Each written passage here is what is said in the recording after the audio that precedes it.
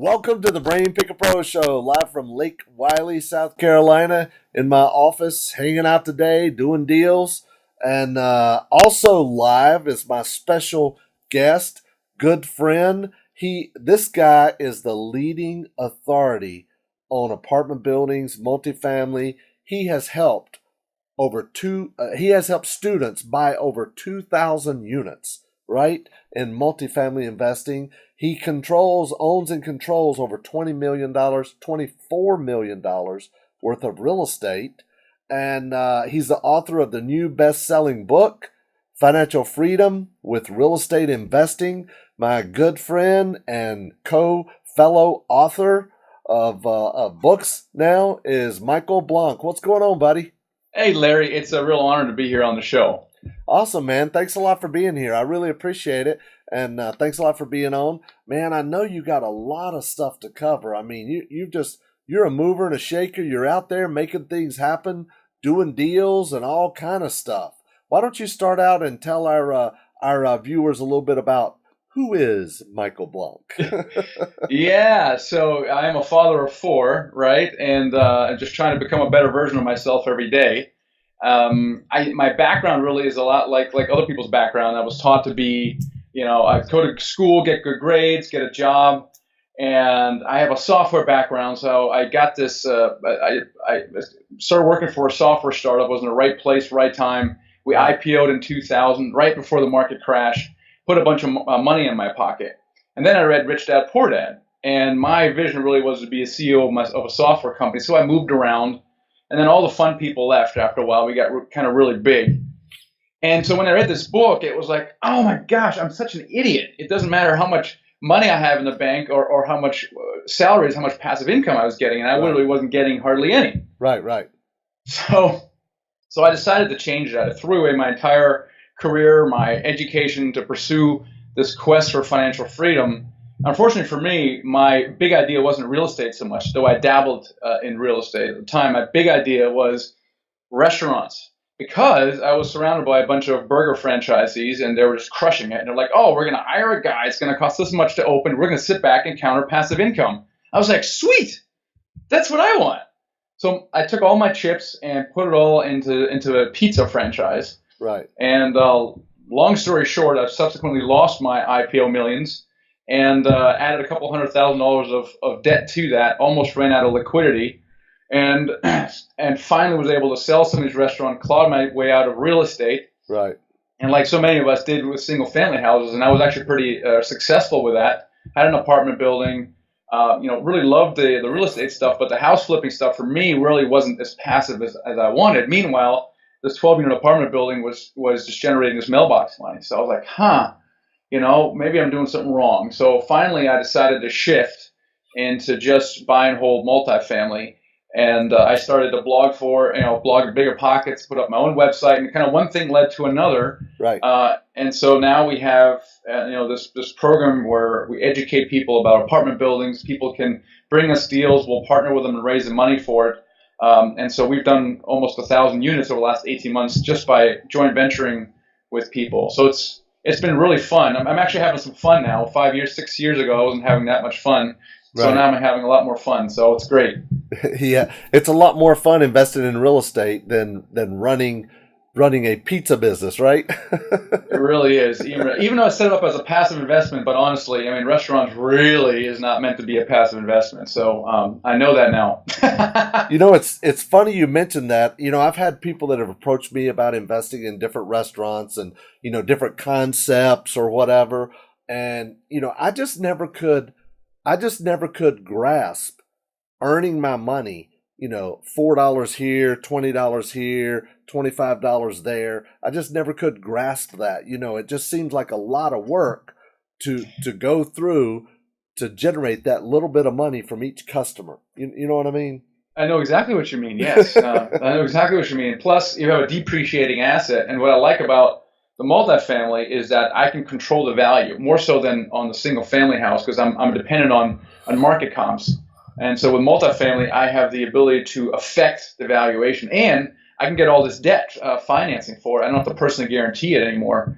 And so I really found it a really nice way to scale replace my income with just 2 or 3 deals versus I was doing 3 dozen houses, and I made good money, but it was just a repetitive thing. And once I sold it, there was nothing left over. So Right.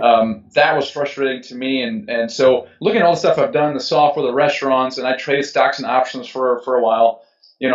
My road to financial freedom was very long, very not very straight. Lost a bunch of money. Right. And so the reason I wrote the book was to basically give people my blueprint for quitting their jobs. Right. And spoiler alert, it's with apartment buildings. But most people dismiss it as a strategy because they feel like they don't have any experience and don't have the money, and they go, yeah, you know what, I'll do that, maybe, down the road, or better yet, never. Right. Well, a lot of people do think they need to work their way up to it, but quite frankly, it's really closer than you think, isn't it? It is. It really is closer. And I used to say, go big or go home, right? And everybody agrees there's economies of scale with multifamily. Right. So I used to be a little arrogant in saying, well, if you better do something bigger than a 50 unit, don't even bother. And now that I've studied it through my podcast and researching for the book, what I've noticed is it doesn't really matter what size you start up, because no matter where you can even start with a duplex. Because what happens is, so the first deal takes the longest, is the hardest to do, and it's generally the smallest. Right. And it then progresses, and the progression is very much like this: 2, 10, 25, 50, 100. Right. So pick your favorite entry point wherever you get started. Let's say you get started at 10. It might take you a year, maybe a year and a half, and you're kind of struggling. You're raising money. You're biting your nails. Right. And then what happens is that second deal comes in rapid, almost automatic succession. Like you don't even have to try anymore. And a lot of times you'll have that second one under contract before you even close on the first one. Wow. And I call this the law of the first deal. And it's so powerful, Larry, that that's why I named it. And I wrote the book around it, because now I don't have to try to convince you to buy 500 units. Right. I just have to show you how to do a single deal, your first. Right. And it could be a duplex. Now I'm going to push you and try to go bigger. But if you can't wrap your head around, then by all means do a duplex, because I know after that you're not doing a duplex anymore. You're going to do a 10 unit, and then you do a 25 unit, and then after that you're doing a 50 to 75 unit. Right. And most people are done after three deals. They've covered their living expenses, and most, because they enjoy the activity, keep going. But theoretically, they don't have to. Right. That's really cool, isn't it? That's really cool. So tell us a little bit about why you settled on multifamily and some of the advantages of multifamily over single family. Now, I've done some multifamily, not a lot, but I've done a lot of different kinds of investing, and I enjoy the single family stuff. And you've done single family as well in the past as well. But tell us, I want you to share with the listeners why they should be, if they're already doing single family, why they should be looking at adding multifamily to it, or if they're not doing anything, why they should look at multifamily. Yeah, this is a critical thing, because you shouldn't abandon what's working now. So kind of like, well, if you have a job, well, you don't quit your job to do something else. Do whatever's creating your income for you. Do something on the side until it becomes profitable enough for you to either continue doing both or abandon one for the other. Right. So I'm not advising people, if they're successful at single-family house investing, to sell everything to get started in multifamily, right? It's normally an expand, right? And some guys divest themselves. Other guys complement their single-family house investing. Right. But it is. I think my challenge to the listener is to take a look at it. Is to really take a look at it. And I write about it in the book about why this might be a good idea. And overcoming some of the things that people think they know about apartment investing. They think it's an advanced strategy. It's very complicated. They think they need 5 or 10 years of experience, normally single-family house investing, which is not true. Right. Or they think they need $1 million in a bank before they can get started also, which is not true. So I'm really, in the book, trying to shift people's minds about what they think they know about apartments. Yeah, that's a really, really good point. So who is multifamily or apartment investing for, actually? Well, you know what? I mean, the title of the book is Financial Freedom with Real Estate Investing. And in my mind, anyone who's thinking that they're going to quit their job or shore up their retirement or basically control their time, and they're thinking real estate, it's for them. Now, most people, like I said, are thinking single family house, and they're not really thinking apartments. But it's really for anyone who's thinking, who either has done no real estate investing, but they're, faithfully going to the monthly real estate, RIA meetings. Right. Or someone who's done a few, And it's really something that's something to complement what they're doing, or a growth path, or what have you, or even to get started. Right. That's really, really good. That's good. So, man, you wrote this book, and it's been a long time coming. It really has. I mean, I've heard about you for quite a while. You're out there. I mean, you do some teaching and training. You've got students and stuff like that. But how can the average person, whether they're getting started in real estate at all or whether they're already doing single family, how can the average person get started with, apartments, even if they don't have experience, or maybe they even don't have their own money to start with? Yeah, I mean, the first step is education of some sort, right? Because multifamily, as in commercial real estate, has its own language, so you don't want to sound like a newbie. Also, what education does is it kind of gives you more confidence and allows you to visualize how certain things work. Right. But to boil it down, how to get started really is there's two major things someone has to overcome. One is a lack of experience, the other one, lack of money. Okay, so education being the foundation, of course, some way or another, and you can do it by reading blog posts, watching YouTube videos on my site or others, or by attending a seminar or a course or things of that nature. But after that, the focus really is on overcoming the experience, and someone can do that within 30 days, Larry. For example, the first thing obviously is using the right language, which you get through the education. So you're using insider language, so you don't sound like a newbie. Now, here's a litmus test of why you just sound like a newbie. When you call a broker up and whatever you say, and the broker says, "Hey, send me your proof of funds, and I'll sell you some. I'll send you the details of the deal." That's sure way to know. They know you don't know what you're doing. That's right. You just sound like a newbie. And on the other hand, when that doesn't happen, you just didn't sound like a newbie. So that's the test right there. And the other thing also is, aside from using the right language, is to build a team around you, so that you're not talking about, "Oh, me, my track record is exactly zero." But you know what? I'm using Sam at XYZ Proper Management Company, who manages 6,000 units, and I'm using so and so closing attorney. And you're calling a broker, saying, "I'm using Sam," and he goes, "Oh," the broker's like, "Oh my gosh, Sam's a great guy. Oh yeah, he's a good guy." And all of a sudden, we're talking about Sam, who he probably already knows already, because you're leveraging off their experience, right? So really building your team first, and then once you have your language right and your team built, which you can do in 30 days. You would now go out into the world, and brokers won't ask you for proof of funds, et cetera. So that's a relatively easy way to overcome what many people think will take 5 to 10 years to do. Wow. That's amazing. A lot of people are scared to make offers or scared to look at multifamily because, number one, they don't have the money. Number two, they don't know how to analyze the deal. And number three, they probably don't even know how to find the deal, right? So touch a little bit on that, if you will. Sure. I mean, the second biggest thing is, you mentioned several of them. Let's take them one at a time. One is the lack of experience. The other one is lack of money. I don't have any money, or I have some amount of money, but certainly not to buy this giant building. Right. And so I got this huge aha moment when I deployed my capital in these restaurants.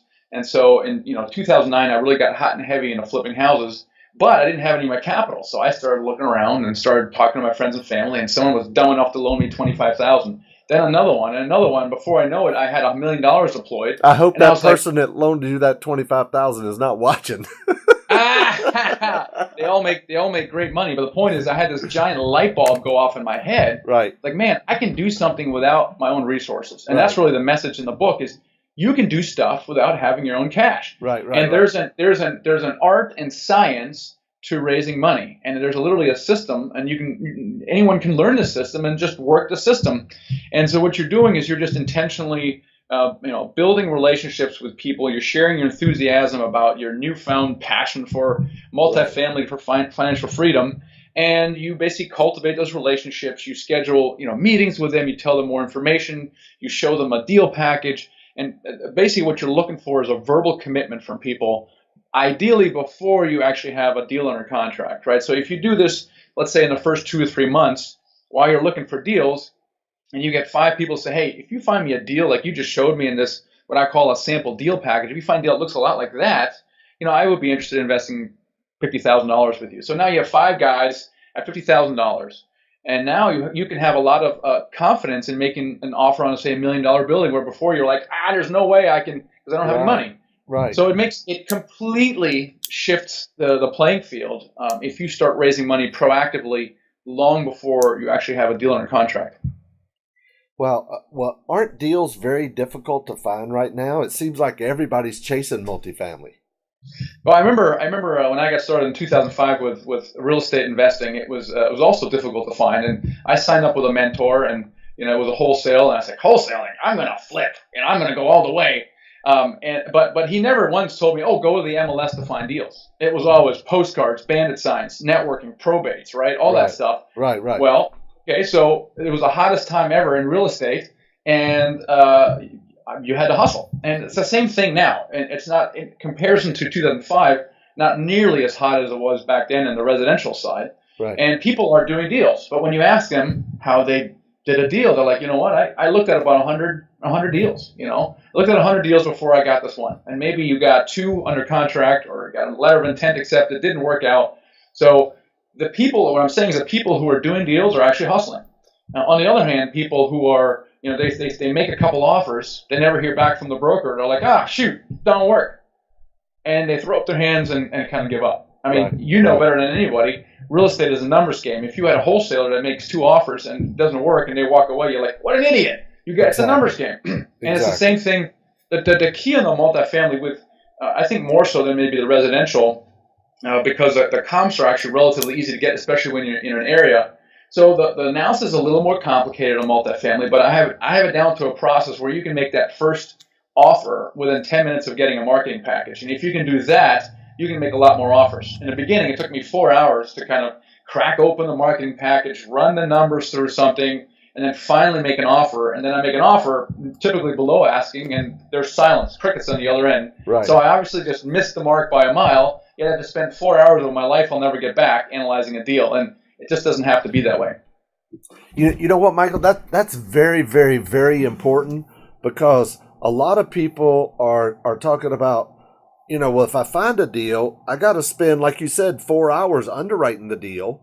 You sign the non-disclosure, you get the package, and then you spend 4 or 5 hours underwriting the deal, and only to hear crickets on the other end. I know you've got a way to make offers in as little as 10 minutes. Tell us a little bit about how that works. You got to understand a little bit how commercial real estate is valued, and it's really something called a capitalization rate or a cap rate. And I don't want to confuse the listener with a bunch of formulas, but essentially it's a multiple of the income. So in other words, you got two boxes.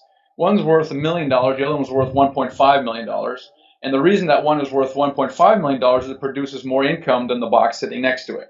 So one reason I like multifamily, I can buy the $1 million box and fix the problems it's having, make it produce the income of the box next door, and all of a sudden, suddenly, sometimes even within just a few months, is now worth $1.5 million. Right. So I've just created $500,000 of instant equity. Now I can sell it, or better yet, I can refinance it, pull cash out, buy another building, and keep holding on and accumulating. And so really, that's the way that that real estate is valued. So the way it typically works, you get a marketing package, and there's income in there, and they typically over-report the income. They'll use like something called a vacancy rate, right? So a building has got 20 units. Well, some of them are going to be vacant, and some aren't going to be paying the rent. So you're not going to collect 100% of the rents. Right. So in a marketing package, you'll see something like a 3% vacancy or 5% vacancy. Rule of thumb really is 10%. So you take the income that's reported, disregard the vacancy rate, and just deduct 10% to get your real income. Right. Then the expenses are almost always underreported. They're typically like 38%, 40% of income, when the reality is it's more like 50%. It's got a 50% rule. So you take the expenses, actually disregard the expenses entirely, and just take 50% of the income, and that's probably closer to the truth. And then you apply this cap rate to the net operating income, and you get now your adjusted fair market value, which is almost always below asking. And so this is something you can do without any kind of research. You're not going in the internet. This multiplier, the cap rate, is almost always provided by the broker, either in the marketing package or a quick phone call. Hey, what cap rate is stuff trading at in this area? They'll say, oh, they're trading at a 7.5 cap. Great, that's all I need to know. You plug it in a very simple formula, and you take the NOI, and you get a new price. And so now what you do is you call the broker and say, this $2 million asking price won't work. Here's why. But here's what would. Your income was a little reported, your expenses were a little under, and so I used your cap rate, and I came up with a $1.7 million price. Is there any flexibility or probably not? And now, if they say, well, let's see, why don't you put something in writing? You just got to nibble. And Right. now you can go in there and start researching numbers and itemizing the expenses. But if there's crickets in the other end, you say, hey, well, it looks like the seller's not motivated, or they have offers at or above asking price, and so I'm just going to keep moving on.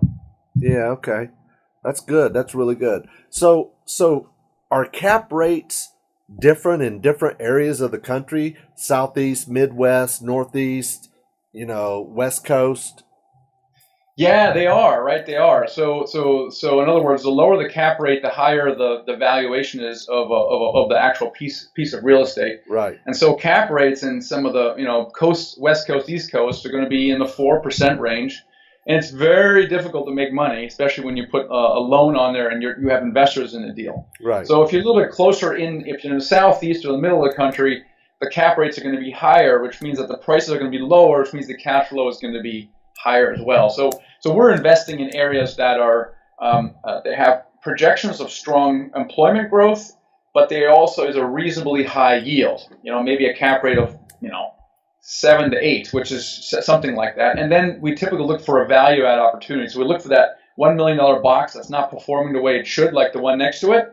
We apply a professional manager, and they fix everything. And 12 months later, the box is now worth a lot more than before. That's awesome. Man, I got so many things I want to ask you. This is really good stuff. It really is. So are you a buy and sell investor, or are you a buy and hold investor? And explain the difference. Yeah, on buy and sell is there's a strategy for that. I mean, you can flip apartment buildings in the way I just described. You can buy that $1 million box, and you can then fix it up, make it all perform, and then sell it $1.5 million. And then do it again. What I like to do is a combination of the buy and hold and the quote flip in the refinance model. You do a cash out refinance once your valuation is up. You got it at $1.5 million because of you have a professional management. Now I refinance, and through that loan I repay my investors and my previous loan, and now I do it again. Right? It frees up cash to do another deal. So now I'm holding this one, and I'm using the cash from the finance to do another deal. So that's really our favorite strategy. Right. So you basically use investors' money to raise money for the deal and get financing on the deal. So you have some equity financing, and then you increase the value of that property, and I'm assuming that's probably over like a 3 to 5 year period. That's normally much faster than that. I mean, really? It's typically in a 12 to 18 month period. Yeah. Okay. Good. Sometimes, and normally, typically, we're looking to quote stabilize, between 18 and 24 months. So in that year 2 time frame is really where we want to be at stabilization. So at a pro forma rate. Oh, okay. So are you looking for properties that maybe don't have a lot of tenants yet, or maybe they're 50% occupied, or are you looking for higher occupancy than that, and you're just going in and improving management? It varies. I mean, the best deals are like this. Or the best deals are the previous owner. They've got a variance in rents. They got one some at 700, one's at 600, and maybe they got a little higher one because maybe they just turned them over and maybe they upgraded the countertops. Right. Like that's I call that a self-comping property. Right. All you got to do now is do the same thing to the other units and get everyone to $100 up, and that $100 increase in rent is huge. Right. Is absolutely huge. Now, there's other ones. For example, there's other problems. Let's say maybe it's 30% vacant, and those are also opportunity. But you have to understand why it's vacant. What exactly is the problem, and can my property manager fix that in 12 months? Because it could be the market, right? If the market stinks, well, I'm not filling that building up, right? So the most aside from the self-comping properties, I want a property right next door, like I described, that looks basically exactly like it. Maybe it's in better shape and the rents are higher. Now I know if I make my box look like that box, I can get my rents up and therefore achieve my business plan. And if I can't make a clear case for that, I'm like, maybe I should stay away from that one. Right. So what type of return are you typically paying your investors, or how should somebody structure that when they're raising money? Yeah, so typically what happens is the investors get a share of the deal, typically 70% or 80%. It really depends on the deal. and then us as the operators retain the rest of the equity. And it really is determined by the investor returns. The entire deal, you define you create the pie. How big is the pie? You slice it up so that the investor gets their target return. For a Class C property, typically we're looking for average annual returns of 15%, and of that 15%, 10% is a cash-on-cash return. For Class B or better, the returns are probably a couple points lower than that, but now we own a much nicer asset. It's more stable and there's less risk associated with it. That's really good. That's really good. What do you prefer? And maybe explain the different classes to people if you don't mind. Yeah, Class C is older stuff. This is older stuff built maybe the 60s, 70s, and 80s. And this is working class. That's not the ghetto by all means. That's Class D. And we stay away from ghetto. It's really not my style. Right. So this is to clean, relatively safe, affordable. Rents 500, 600, 700. And Class B now is something that was built in the 90s, maybe early 2000s. And then Class A is something that's really new, possibly luxury. Right now, we're not doing Class A stuff. I think it's too market sensitive. But I really like the Class B stuff. Like I said, you have less repairs, less renovations, less big things can go wrong. You attract a little bit better demographic tenants, so your collections are a little better, and it's a bit more enjoyable to own and manage. And I do like how it behaves in up markets and down markets. In an up market, people will move from Class C to Class B. In a down market, people will move from Class A to Class B. Regardless, they're all converging on a Class B. So for those reasons, I do like that, though the returns are a bit lower than on a Class C. Yeah, that's good. But Class C can be a little bit more labor intensive or a little bit more volatile, maybe. You think? That's right. Yeah. I think that's fair. Though, in fairness, though, the property manager is doing that work and not so much you. But you're right. I mean, eventually it all bubbles up to you when there's problems. Michael, that leads me to another question I wanted to ask. The really good key outside of being able to find the deal, structure the deal, raise the money, get the financing, maybe have a sponsor or promoter help you with the financing. Outside of all that, the big key is the property manager. How do you find a good one? Yeah, I mean you're absolutely right. The key is a good property manager, and your life really stinks when you have a poor one, and your life is really good when you have a strong one. And I mean, you find really things in general, when you're building your team, the best way to build your team in general is by word of mouth. Anytime you talk to anyone, hey, who's the best property manager in town? Who's the best real estate attorney in town? Right. Who's the best XYZ in town? And then you interview them, right? I mean, there's questions that we have in our training to ask. You check references, you look at their properties, and then you make a decision.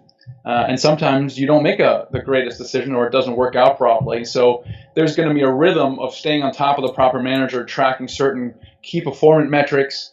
Obviously you give them a chance to perform, but then, I've held on to property managers for too long, to my detriment.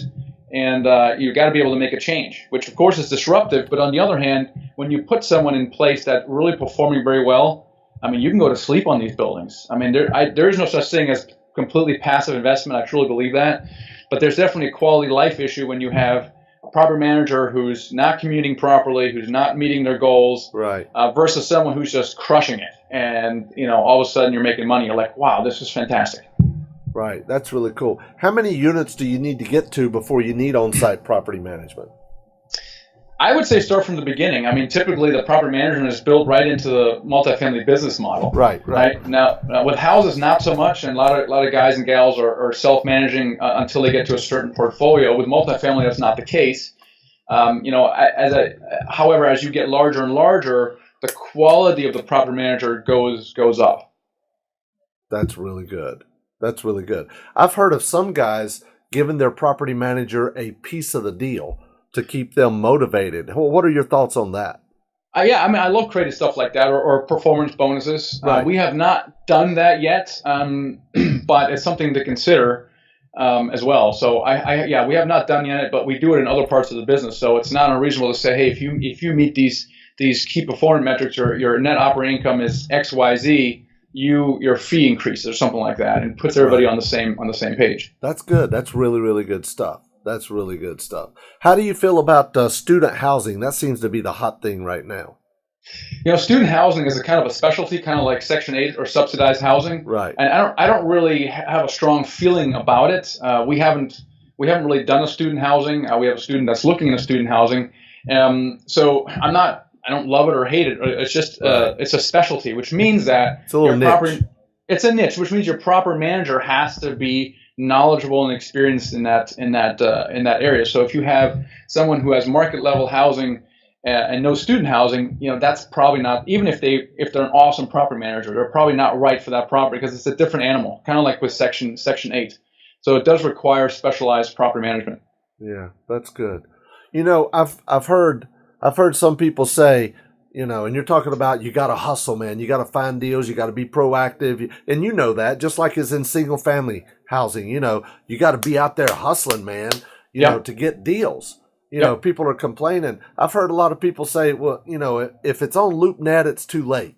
What are your thoughts about some of the ways you find deals?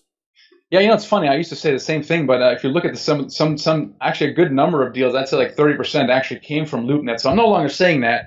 However, the main benefit of LoopNet it could be to find a deal, but the main benefit is for you to find the brokers in a certain market, right? Right. It's like the ideal place to find brokers of almost any size as well. So that's really why we like LoopNet is, hey, you can quickly find the 20 top brokers in an area just by going on LoopNet.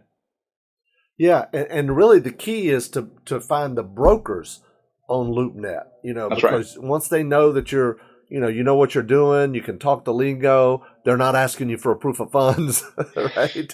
That's right. Then, those are the guys that get the deals and they send them out to their, to their core group of investors instead of putting them right on LoopNet. Is that correct?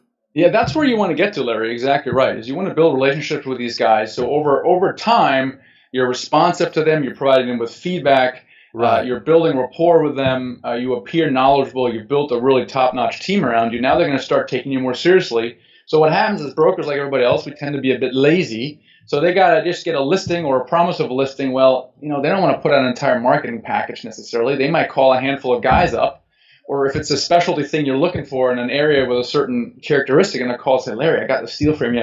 It's going out next week, but if you could come in around 2 million, I don't have to do any work. Right. I already got the listing sold, Right. and that's the magic, right? That's where the magic happens because you're not in a competitive environment, and that's really what you get to. And that's something that a lot of people can get to within 90 days of just really building rapport with these brokers. And then, my gosh, once you close a deal, it's game over, right? That process even accelerates even more because now word's out that Larry's closing on multifamily deals, and Right. people are like, oh my gosh, I'm calling Larry first because I know he just bought a deal. Right. And that means a lot. You've earned that, and you should probably let all your brokers know, hey, we just closed on a deal. That's right. That's what lenders do to let you know they actually lend money, right? That's right. Yeah. That is good, man. Man, this has just been a wealth of information. This is really awesome. It really is. I appreciate all this stuff you're sharing. This is really good stuff. So, where could somebody go from here? What is, maybe the one thing that they need to do to get a deal, right? Yeah, so a shameless plug for my book, but that's what I would say is to just read my book because it has the blueprint to answer that question, but in much more detail. Right. Because I talk about overcoming those two things, but I also show the steps that you go through to raise money, to finance the deal, to do the due diligence, how to establish brokers. So it's not a 20-page book. It took me a year to write this thing. So in fact, it should be sold for $1,000. It's I think only $9.99 right now on Amazon. But it kind of encompasses my blueprint kind of in a yellow book. So that's a great. And then I have a bunch of free blog posts and YouTube videos. I have a podcast as well. I have paid programs as well if someone's a little more serious. But I think the first thing is just look into it, right? Have it with an open mind. Don't say, oh, apartment buildings, advanced, right? Sure. Just have an open mind and consider it because it might be a good complement to what you're doing right now. That's really good. That is really good. So where could somebody go to get the book? It's on Amazon. It's called Financial Freedom with Real Estate Investing. It's bright yellow here, and it's on Amazon right now. Awesome. Yes, sir. That's really good. So, what do they actually give us a few steps that they need to do, like in the next 90 days or whatever? I mean, what are they going to do their first 30 days, and then how are they going to move on from there? Sure. Yeah. I mean, the first 30 days is kind of what I call the pre-launch sequence. Right. And so that includes your education, again, one of our courses or someone else's, identifying the size of your first deal and the location of the first deal. We have a methodology for that. Right. Then the third thing to do in that first 30 days is to analyze 5 deals.